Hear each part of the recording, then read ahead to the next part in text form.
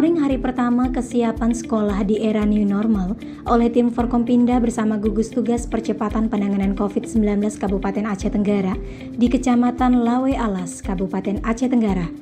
Kabid Kesiapsiagaan BPBD Aceh Tenggara selaku pimpinan tim 5 monitoring melakukan monitoring bersama rombongan di beberapa sekolah yaitu di tingkat SMP dan SMA sederajat.